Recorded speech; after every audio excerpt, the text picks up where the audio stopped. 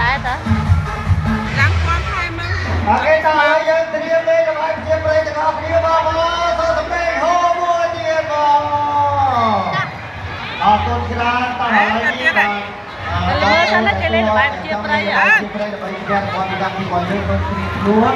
ឲ្យពេលនេះគឺយើងមានការប្រគំបទភ្លេងតាមបែបពីប្រពៃណីខ្មែរយើងក្នុងជំនឿរបស់ប្រពៃណីខ្មែរយើងក្នុងពេលនេះប្រស្រីវ័យ